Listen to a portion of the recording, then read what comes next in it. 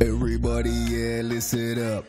It is June 28th and about to drop another freestyle for the churro, that's what's up. I know you like them sticky motherfuckers, chop them up. Make sure that you dip them in the cup. They come out so nice, hot and steamy with the chocolate top. But man, I can't even cup, I need to stop. All this chatter got me flattered, it's gon' flat me flop.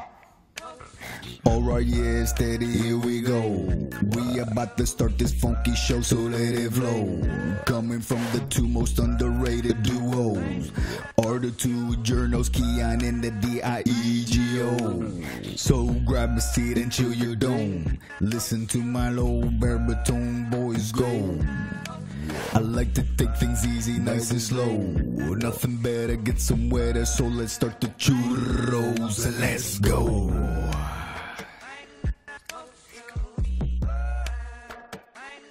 Hello and welcome to the Churros y Tácticas Podcast. This is your host, Kiyan Sobhani. What you just heard, and you're still listening to these beautiful beats, made by Diego Lorijn like literally half an hour ago or something like that. If Diego can come up with one of these for every episode, you guys gotta go to the ends of the earth with us on Patreon, because this is epic shit.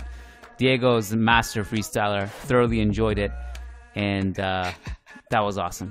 This was the biggest learning point when I was away, was the fact that you can do these amazing intros, and no one really knew. I mean, we kind of knew because we've heard you freestyle and beatbox before, but we didn't know you can just pull these up out of your ass in the span of a few minutes. This is incredible. Well done, my friend. Thank you, dude. Thank you so much, Kiyan. That's far too kind, honestly. First of all, let me make clear, everybody that is into hip hop will know that obviously I did not make the beat. I didn't by any means produce the beat. That credit, of course, goes to J. Cole. I mean, Kiyan, you'll probably recognize that as well from him. There have been these spin-off remixes done, which is sort of where I got the inspiration of it. I can't even take really fully credit on the style of which I kind of came out with this freestyle with, because it was this TikTok or Instagram video that went viral. This guy that's just, he's got the best baritone voice, and it's super tweaked as well. It just sounds dark and bumpy and just fucking gangster. Really, quite honestly, it just sounds awesome. It's one of those songs you have to go full blast, 808s pumping and full volume in the car. And I thought it would be fun to write a little, freestyle to it, which in all fairness, this as well. I mean, this was written in a span of half hour, yes, Kiyan, but it wasn't fully freestyle here. But dude, I'm having so much fucking fun doing it, man. I hope, I appreciate your comments and the listeners as well. So far, people have been positive. So, hey, like I said, I'm having fun doing it. And like you said as well, we're embarking on something on Churros that is going to change the game. It's going to change the landscape. We've got big plans, and I want to keep pushing the boundaries and push myself in terms of creativity to make this something really quite special, with adding little things to it. And hopefully you listeners will respond kindly or critically. Please do give your feedback, share it with us. But yeah, man. Listen, besides all this and that, it's been a very slow summer so far, Kiyan. We, of course, are back in a sort of somewhat of a routine now to recording twice a week. It is Tuesday, the 28th of June, and we're going to go over the headlines making the papers today. But I'll tell you what, Kiyan, I left the office premature today. I left early. Well, that might not be a surprise. You think it's Spain, it's summertime, things are slow, but things are oddly slow in the football world, in the transfer world, and over at Can Barça as well. We're all sort of eerily waiting something to pop off, some big news, some headline to drop, and to really get us off of our toes and wake us up, slap us around a little bit, because a lot still has to happen, especially in of course, I'm referring to Football Club Barcelona, Barca mainly, but here to go over all those topics, everything that is making the headlines, and then some, which of course the news isn't stopping. Whether or not moves are being made, news is always being made. Well, I'm happy to let you steer this one, because I wasn't sure what to talk about today. I mean, there's not much. I mean, I dug deep and did a lot of Raul content in the past 24 hours because it was his birthday. That's how slow it was. And I saw that. You know, the big one today is, I mean, it's not even today. It's just this week kind of is what's going to happen to Frenkie. Are United going to sign him? We recorded a few days ago. Like, you know, you and I actually tackled the main talking points a few days ago. So you said off air that you have some stuff you're going to throw at me. So I'm excited for that. Why don't you throw stuff at me and see what happens? Okay. Well, throwing stuff in terms of Barca content or Madrid content? Whatever you got, hit me. You want me to hit you with something? Well, but you best not going to necessarily be. I won't. It's not going to be necessarily much having to do with Barca or Madrid for that matter. I think there are much additional, sort of topics, trending topics, if you will, that are making the headlines, such as Neymar really being shoved out of PSG.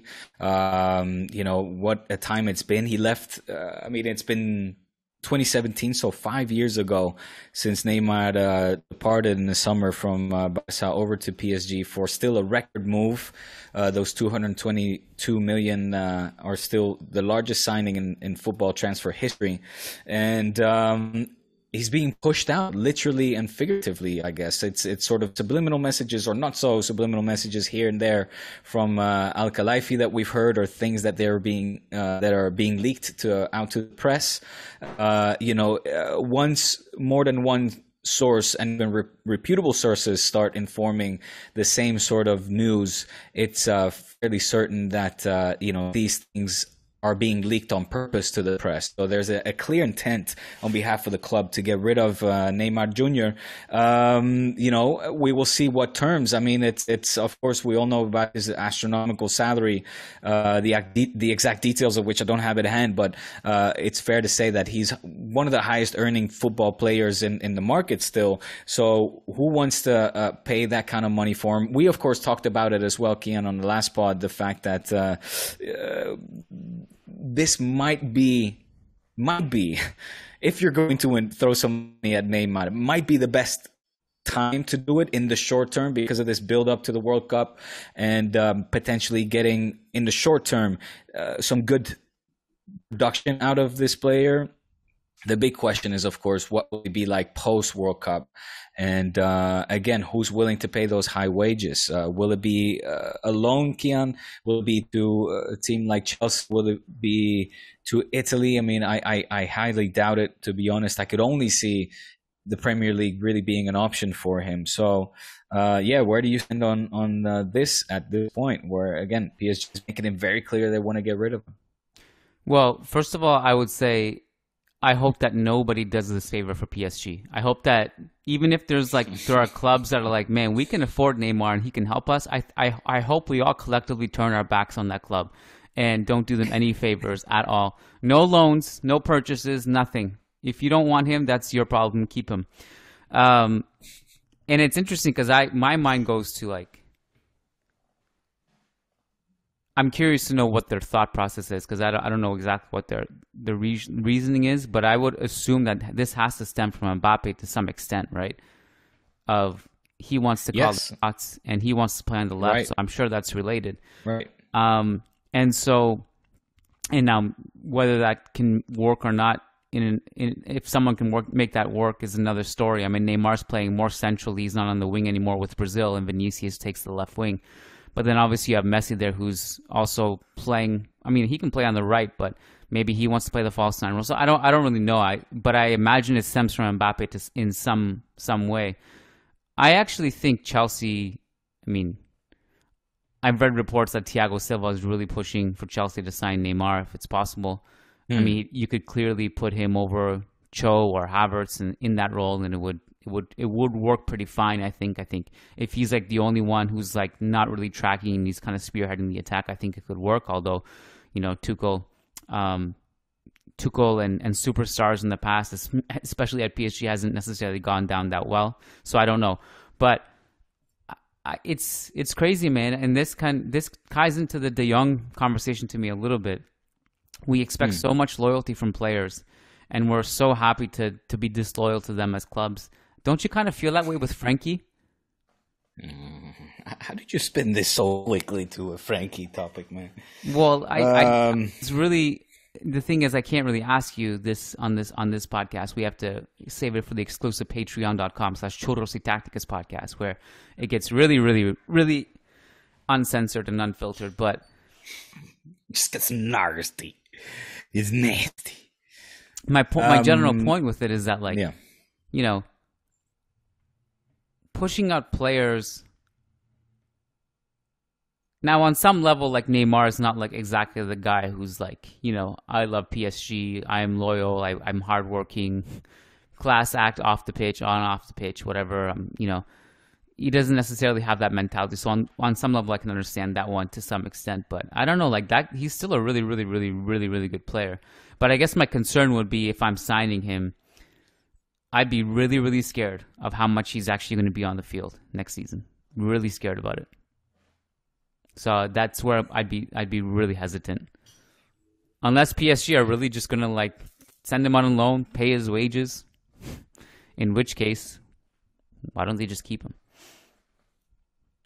What do you make of this theory, let's say, this argument that giving him a year-long contract, a season-long contract, see what rendimiento, what production you get out of him.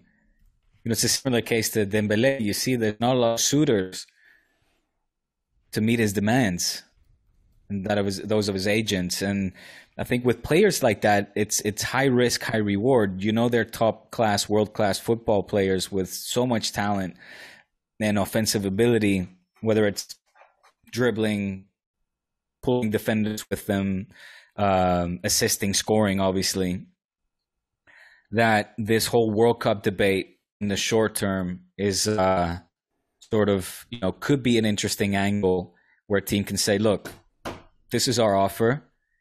We know PSG want to get rid of you. We're going to do them the favor. Let's say you work out even some sort of loan deal. I think a loan deal would make a lot of sense in the case of Neymar. Obviously, in the case of Dembélé, that's not possible because he would have to first resign with Barca, which is still on the table, oddly enough. You know, it's crazy that we're 28th of June and Dembo still hasn't decided his future yet. And it's interesting to see how teams are kind of, you know, nobody's really willing at this point to, let's say, give the first domino a little push and see what the effect will be of it. Of course, I mean, we can all argue that PSG did by re-signing Mbappe, but that has sort of put the entire market on halt, right? I mean, it stunned everybody. Nobody really was expecting that. In the meantime, Pogba has moved, obviously, to Juve. Also there, you know, not a big surprise whatsoever. And that's really why Frenkie is. I mean, maybe that is one of those domino pieces where that will lead Frenkie to, of course, United to fill that gap in the midfield under Ten Hag, which would make so much sense in many ways, and in other ways, obviously, it doesn't. Whether, you know, it comes to personal preference of the player, the competition that United is playing in. Let's face it, the location. That's what they say. I mean, Barcelona remains a very attractive place to reside in and to, you know, settle down, have a nice little house or few houses. Why not? Up along the beach and the coast, very sunny Mediterranean climate, great food. Why not start a family here? You know, there's reports, you know, Frenkie is rebuilding. He's doing massive like design and rebuilding, interior design, rebuilding his house. At least that's the word around the campfire. So you might be like, man, I'm just, you know, I'm so good there, man. Why do you think it's hard to get rid of excuse my words, but why do you think it's players like Umtiti, Longley, Minguez, of course, he's from here, but, you know, you can go down the list. Many players who are very settled here and comfortable here and don't want to move. Look over in Madrid as well. You have your own cases there of a certain Welshman, who was unwilling to move for a long time. Point being is, you know, again, players are very comfortable here. Salaries have been very high, even though Laporta has made a very active effort to reduce that, and he has managed to do so. But even, in the case of Dembele, looks like Chelsea is not really to meet their demands neither, and probably not even offer that much more than Barca. So he's kind of weighing his options, going, well, if it's only for, a mil or two more, then I might as well just stay. So, we could still see that happen. Yeah, well, as we said the last episode, Dembele's agent is the worst thing that's happened to him because he's terrible. But with Frenkie, I think it's, and I want to go back to Neymar at some point, but with Frenkie, I think it's really harsh on him, I find. Like this is from an outsider looking in. I think Frenkie is awesome in the right role. And to me, the right role is not the Busquets role. It's more of kind of where Gavi and Pedri get to play. In that 8 role where he can play box to box, he makes amazing runs into the box. He's a great ball progressor. He's awesome. He's done so much damage against Real Madrid with those runs. And I think if you just play him in that role, he's going to be awesome. And I think the other part of this that you can't forget if you're Laporta or a Koulé is that he has the kind of character that you guys have been, any club wants. Like, he wants to be there. Yeah. He's not making any fuss. He's not making any problems. He's respecting everyone. He wants to stay. He wants to fight. He wants to play. And he came from Ajax to live out his dream, and now he's just being pushed out. And it's like, I just don't know if that's... Listen. If I'm a Koulé, I don't like the way the board is dealing with that, is my point. Well, listen. Who says it's the board? First of all... Well, who is it? Illuminati? No. But look, let me just ask you questions without saying anything, and you guess. You connect the dots. Who at the end of the day is in charge of building a squad? Xavi seems to want him. Okay. If you heard that, then where have you? What's your source? I mean, Well, just that. Where did you hear that? I will never claim to have a better source in Barcelona than you, but I don't know everything. No, I'm not saying nothing. I'm just asking you a question. Everything that I've read is that Xavi has had to play middleman and explain to De Jong, like, hey, this is why they want to sell you, is because they need money. Okay. And you're in my plans, but they need money. Maybe that's not 100% accurate. Maybe, I don't know. Okay. But maybe. All right. Well, if that's the case, it is what it is. Then I mean, that's fine. That's fair. Again, I'm not claiming nothing. I'm just asking questions. Now, it's also clear, of course, that we are in the situation that we're in. Financially, we're in dire need of some cashish, some liquid acid. How much of it is related to Lewandowski, though? Squad? Well, look, again, it's we need to strengthen our squad. We have a necessity to acquire players, and for that to happen, also you have to look at the market and see what you can get for your biggest or for your assets. And in that case, if one of your biggest assets is actually an interesting prospect for a team that's willing to meet your asking price, let you throw a crazy number out there, 80 million, I'll take it. Okay, well, you have to evaluate that option. Okay, I give away a massive key piece to the squad. Are you okay with that, coach? Okay, you talk about it. You go over the style of play. You understand what the coach wants, what pieces he needs, where he has, say, more of a luxury to choose from certain players in certain positions. At the end of the day, it's not about so much. I know this is going to sound contradictory because what I'm about to say might contradict to what I'm arguing for Lewandowski's case, but it's not so much about pleasing people here. We're not in the pleasing people business. We're into building successful football clubs and teams business, and hopefully, winning titles. So, Frenkie has been very much appreciated. He has nothing to complain about, nor have we, I think. Has he been appreciated? Nobody has ever said a bad word about Frenkie. Nobody. Frankie's been a little bit pissed off sometimes. He's been a little bit cranky. You know, things haven't really worked out for him the way we had all imagined, or himself, I would imagine. He's a very self-critical player. But he has nothing to complain about. He can't go around like Koeman has been going around. He continues to disappoint. Even though he walked away with 7 to 12 millis, let's call it 10. What's he complaining about still? Which he legally has the right to claim. I don't agree with him necessarily going and complaining constantly, but it's not like, let's not pretend like that he wasn't entitled to that money or something. Well, let's also not pretend that he didn't know that he was going to sign a contract of 2 years, or that he forced a contract of 2 years, knowing that after a year there was going to be a change in president. He knew that there was going to be, in all likelihood, a new president coming in his second term. He knew that that could have been Joan Laporta. He knew that maybe they weren't going to see things eye to eye, and that this project of his was never going to work out, and that his head could be in the chopping block. Let me ask you something, and I'm just asking questions here. I'm just asking questions here. I'm just asking questions. I'm asking the questions. No, Kiyan, listen. How much did Zizou take away when he was fired by Florentino? And Nothing. Did Florentino leak to the press? Thank you.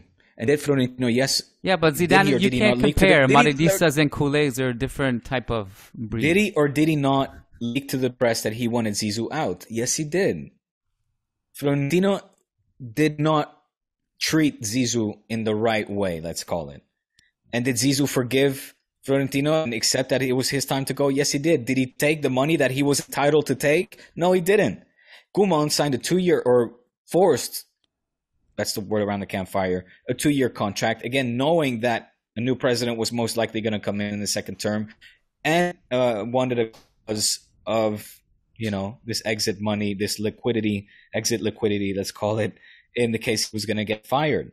That's not necessarily Barcelonismo within a club in this dire economic situation. That's not really showing your colors as a Barca legend, which you will always be.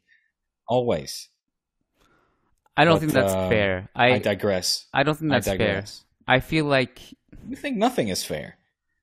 You think... Why... I'm trying to commend Zizou's character here. Which is, yeah, a given. But... Like, let me ask you a question.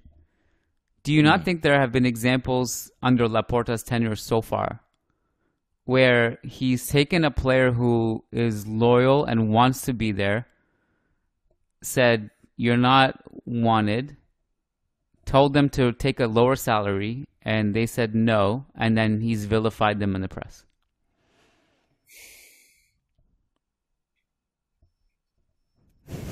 Diego's camera goes black. It's just like, it's like when someone calls into a radio station and says, I just saw an alien, and then the men in black come, and then all of a sudden they disappear. That's hilarious, that timing. I'm out. Anyways, so I understand you have to defend the board, so it's not a big deal, but I do, so we can change the conversation for Frenkie in a different direction. I was thinking about this today. I was on my walk, and on my walk, I was just, this is my life. I just think about these football scenarios. On my walk, I was thinking, would it be worth it to trade 10 years of Frenkie for 2 years of Lewandowski? And I think I convinced myself that, yeah, it'd probably be worth it because Lewandowski is one of the greatest strikers of all time, and you get 2 years of him still at a really, really high level. I mean, honestly, you may even be able to argue that he's still at his peak because he's not slowing down. And you already have Gavi and Pedri. But don't bring me names like, oh, we have Kessié and Ricky Puig. Like, don't do that, because those guys are not on Frenkie's level. Like, don't bring in like, oh, we have this guy and this guy. Gavi and Pedri are correct. Yeah, Gavi and Pedri, I understand the argument. So Pedri, I really understand. Then we still have Busquets. Yeah, Busquets is a different well. position to me. Gavi. Well, that's what I'm saying. He is, but no, I've seen Barcelona like fans bring out like a 10 name list of like, and this guy Ricky Sanchez from the under 5 squad is a midfielder. Like, no one cares. Gavi and Pedri, Sure. The argument is true, but don't bring in like Kessié and Ricky Puig, whatever. So that'd be worth it. But I think the one scenario that I think would be really bad for Barca, I mean, at least you would get paid, I suppose, but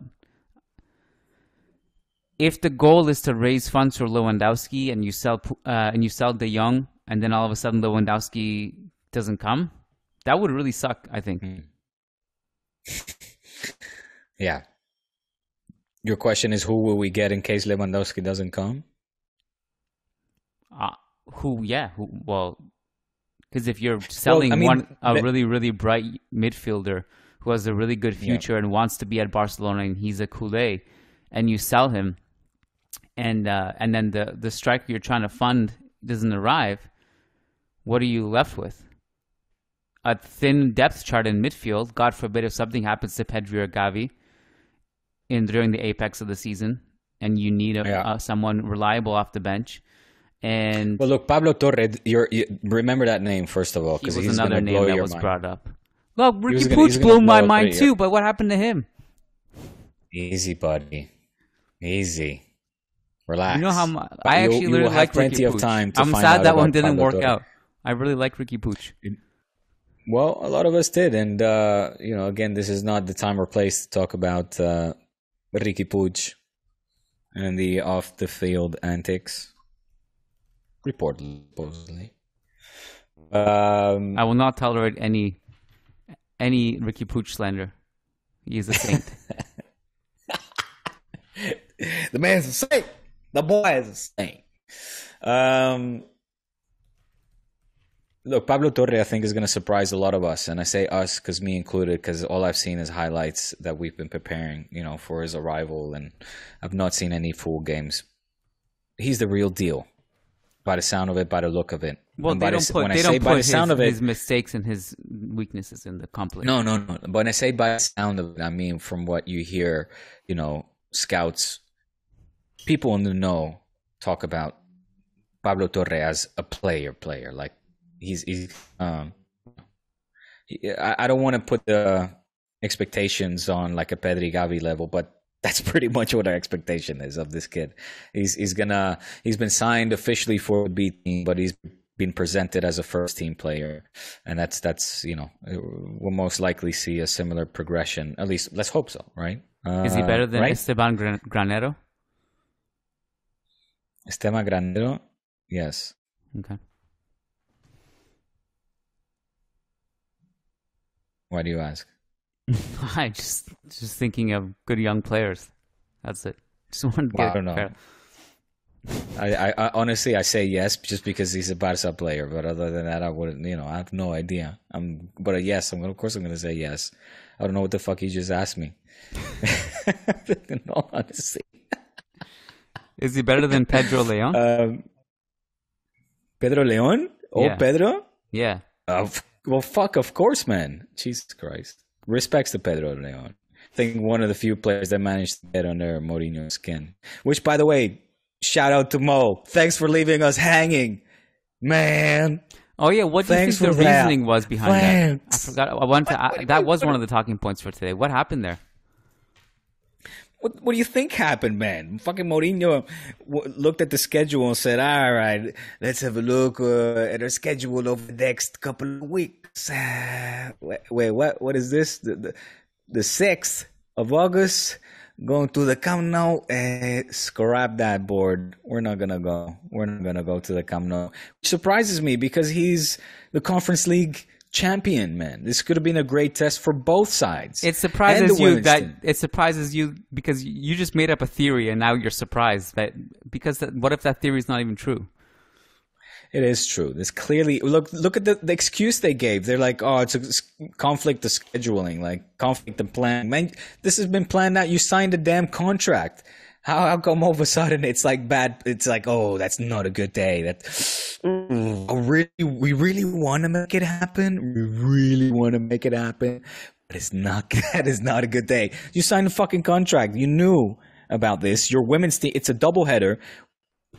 Barça Femenino and Masculino against the women's and men's team of Roma. We had a date. You knew it was going to be when it was going to be. There are contractually, obliged to show. We might see something come out of this. Maybe we get a little some. We need That's it, all man. you guys thinking about. I'm looking under my couch for some other guys. Did the women's team pull out too? Yeah, they all did, man. They all The whole did. club? The whole club. And I'm sure it's Mourinho. He's like, all right, I wish I could do Mo's accent. That's my mission. Learn Well, Mourinho's accent. now I hope that they go back in, because now there's actual bad blood. It will be a really lit friendly. Mourinho's going to be like, all right, guys, here's the plan. He's going to pull out a chart. This is the human body. You see the ankles? This is the target. Above is the kneecaps.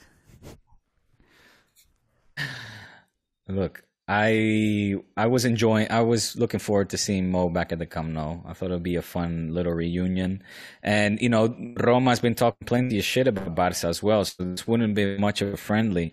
They've been making plenty of fun of us on social media, but I'm sure I Mo bet it looked at the comes. Is schedule, it because of the Malcolm thing? well, and then them knocking us out of the Champions League in dramatic fashion. Oh, yeah, I us forgot stealing about Malcolm away. That's a good Oh, one. motherfucker. They should do it. Actually, there's a great chance to go into the Gamper Trophy and just steal it from Barca. They should do it. They should go back in. There's no scheduling They conflict. could. It would have been They should just I do know. It would have been fun. Maybe there's another reason that we don't know about. Maybe Roma will counter sue. We don't know yet. Do you think Barcelona will sue? Because that's not official yet, right? No, that's not official. What is the emotional just making damage that that up. was done by Roma pulling out that Barcelona claimed? Who's emotionally damaged from this? I am. That's why I'm on this pod. This my is your neck, origin story. My neck in my back. I'm suing you All of the for $2 million. all of the guys who take who 150. bought their tickets to come see AS Roma play. What are you drinking? Listen, I have to work that thing. I'm drinking a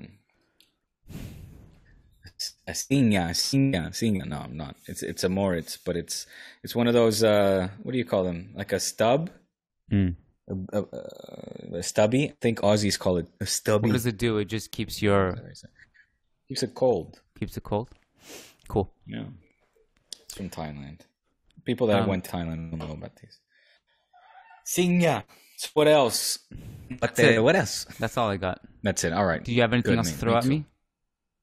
No, I mean, I would like to keep it quality over quantity. I think we gave our listeners a entertaining listen, and to start, well, I mean, I have here a tab on United because I thought we would go from Frenkie to talk about United and the disaster of a project that's been, and was just curious to know if you're sort of in the know on who's out on the chopping block. I talked about Pogba, obviously, but their need as well, of course, to finally make their claim again into English and let alone European dominance. I mean, we're talking still, along with Barça Madrid, the third highest grossing football team in the world, in terms of revenue and popularity. There's no doubt about who the top three clubs have been for decades.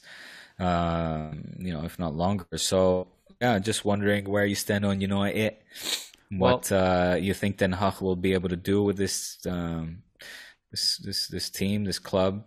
Well, I think if Ten Hag does anything with that team, it has to be we need to give him 5 years of patience, which let's see if they're able to do.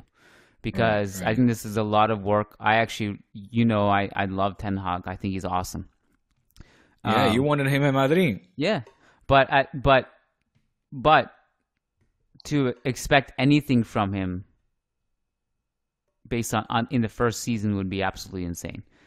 And when Ragnick left, a lot of people were shocked about that. I think it really didn't make sense to have Ragnick and Ten Hag there. You need one of those guys to make the decisions, not both of them. I understand that they would get in each other's way, but here's related to that. I honestly don't care what happens to Manchester United, but here's one for you. This can be the Real Madrid headline of the podcast. Where should Cristiano Ronaldo go? I don't want to see him in the Europa League. Right, exactly. So I was gonna get to where should he go? where should he go? I think he should go to Chelsea. So they're saying Chelsea. I think Chelsea is a good fit if Lukaku leaves. Would you take him at Barca? Could you even imagine? You know what? You would, dirty dog. Dirty dog. Listen to me. I'm dirty right now. If Lewandowski wouldn't work out and we reached the last day of the transfer market and, CR7 is without a team and at the stroke of midnight, the headline hits the newspapers, CR7 signs for Barça, ficha por el Barça, I would have a big chuckle. I would that would be a headline that would be for the history books without a doubt about it. That day would be a strange one. I would be quite excited to, of course, be part of that day. And then I would hope for the fucking best. And mira, no me desagrada. When he was actually linked with Bayern, I thought, okay, they get Ronaldo, we get Lewandowski. That's a fair trade. Mm-hmm. So, and then then I started to entertain the thought actually of if Lewandowski doesn't work out, would I take him? Again, that scenario I just played out, if that were to happen, or even if we did sign. I mean, listen, he's been linked to Barca now since his Juve days several times. And he's been very kind, actually. I think he and Mendes are leaving the Barca door open. Mendes has got a great relationship with Laporta. I don't discount that they would that name would have popped up in the past. I think it would be interesting, Kiyan. I will say that. I think you would agree, in all honesty. It's not going to happen, but no, he would do it. Don't tell me he would do it. He would be up for it. It can't happen. It can't happen. Why? Why can it not? Crazier things have happened, bro. Well, because he's the greatest player in Real Madrid history, so it can't happen. It just can't. This will be even better now. Oh, you're starting to get me excited. I need some hot churros over here. Yeah. Well, let's be interesting about it. Let's say if you have healthy Fatty on the left, whoever's on the right. Right. I think he would score buckets and buckets and buckets and buckets and buckets of goals for Barca. And I think we have to go back and get all the receipts from every single culé during the Ronaldo versus Messi era who said that Ronaldo could never thrive in Barcelona's system. We have to get all the receipts. And I don't know, but I never heard that. I heard the opposite, that Cristiano would have scored more goals. I think he even said that. He his own record saying I would score more goals in a system like Barca and that was when he was a Madrid player. Correct me if I'm wrong. He may very well have said it, but the argument always from Barca fans was that to put him down and raise Messi up, they would say Ronaldo could never work in Barcelona's system. So I was on one. So now, I mean, at least it would at least end the GOAT debate, because then he would just probably go on to break all the records in Barcelona, and then it just would be settled. Then you'd be really conflicted. Well, that's silly talk. This is silly talk. You have to admit, ever since Ronaldo left Real Madrid, you've opened up a soft spot for him. Well, he has to us. He's been kind. You guys never. You guys kind of opened the door of like it was a little bit more amicable with you anyway. You personally. Yeah, we've been getting along just fine. We were WhatsApp from time to time. Yes. Yeah. All right, buddy. I'm done. You're done. Let's pull the plug. I can't get my camera back to work. I don't know what this problem staring at a cat. A cat avatar. Are you seeing this written in the wrong way as well? In the reflection? It just looking says for the phone. Yeah, I see that. Looking for the phone, but it's written backwards. No, for me it's written correctly. Oh, it's for me. It's backwards. All right. Listeners, if you like this, go over to patreon.com/Churros y Tácticas. We release one episode there exclusively every week, and that's the one where you really, really really, really get to kick back and enjoy with beverage of choice, because that's the one that's unfiltered and raw, and yes, secrets are spilled. More freestyle. Kiyan even freestyles on those. So if you want to hear Kiyan freestyle, let's not do false advertising now. Come on. Come on, give them what they want. We're gonna get sued for false advertising. All right, Diego, thanks, man. It's fun. Appreciate it. All right, dude. Yep. Peace out.